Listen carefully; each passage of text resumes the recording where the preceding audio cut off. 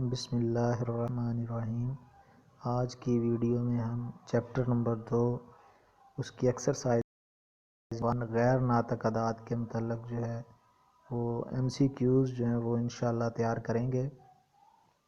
تو فرسٹ اس کی مروزی ہے ایسے اعداد جن کو P/Q کی شکل میں ہم نہیں لکھ سکتے، اور یہ P اور Q کیا ہیں؟ یہ صحیح اعداد سے ان کا تعلق ہے اور Q 0 کے ایکول نہیں ہونا چاہیے۔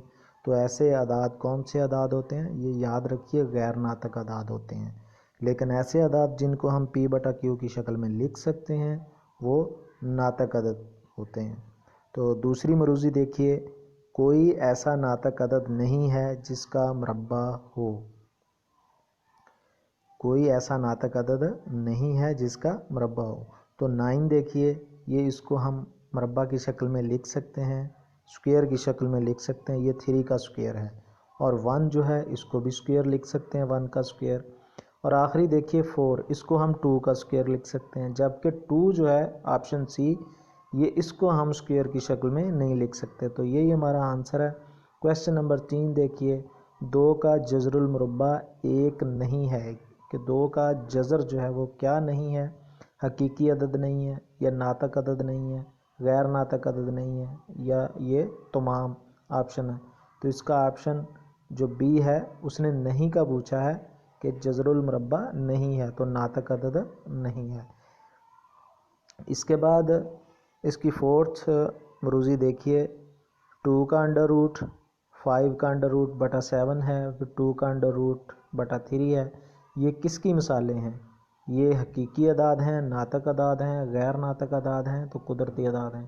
اگر آپ نے ناطق اعداد اور غیر ناطق اعداد کے بارے میں اچھی طرح پڑھا ہے تو یہ مثالیں جو ہیں یہ غیر ناطق اعداد کی مثالیں ہیں، کیونکہ اس میں ایک تو پہچان یہ ہے کہ اس کے انڈر روٹ آ گیا۔ اگر انڈر روٹ کسی پرفیکٹ سکوئر کا ہے پھر تو وہ ناطق عدد ہوگا، لیکن اگر انڈر روٹ اگر ہم ان کا لیں تو وہ آنسر ہمارا پوائنٹ میں آئے گا، اشاریہ میں آتا ہے، تو یہ غیر ناطق اعداد کی پہچان ہے۔ اس کے بعد 5واں آپ مروزی دیکھیے، غیر ناطق اعداد کے سیٹ کو ہم کس سے ظاہر کرتے ہیں؟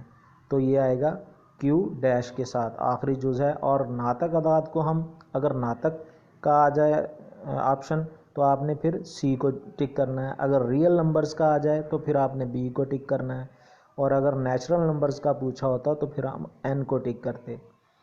چھٹا دیکھیے، 2/3 یہ تو ناطق عدد ہے، 9 کا انڈر روٹ یہ بھی ناطق ہے کیونکہ اس کا آنسر 3 آتا ہے، -7/9 یہ بھی P/Q کی شکل میں ہے، اور 16/25 کا انڈر روٹ، اس کا اگر ہم انڈر روٹ معلوم کریں تو یہ 4/5 آتا ہے۔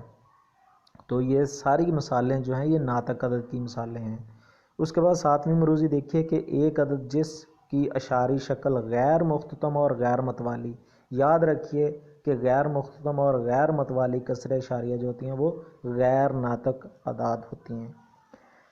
8ویں ہے، یہ پھر مثالوں کا پوچھا ہے، 19 کا انڈر روٹ یہ تو پرفیکٹ سکوئر 19 جو ہے وہ نہیں ہے، اس کے بعد یہ اشاریہ والی ایک اس نے رقم دے دی ہے، پھر 2 انڈر روٹ یہ بھی پرفیکٹ سکوئر نہیں ہے، تو یہ غیر ناطق مثالیں ہیں۔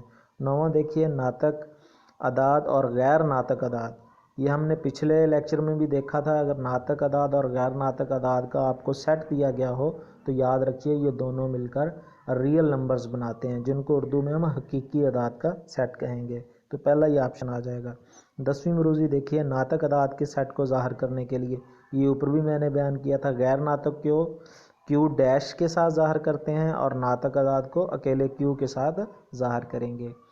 11ویں مروزی دیکھتے ہیں کہ یہ R پوچھا ہے کیا ہے، تو ابھی ہم نے سیکھا تھا کہ R تو ریئل نمبرز کو حقیقی اعداد کو ظاہر کرتا ہے، اور حقیقی اعداد کن کا مجموعہ ہوتے ہیں؟ ناطق اور غیر ناطق کا۔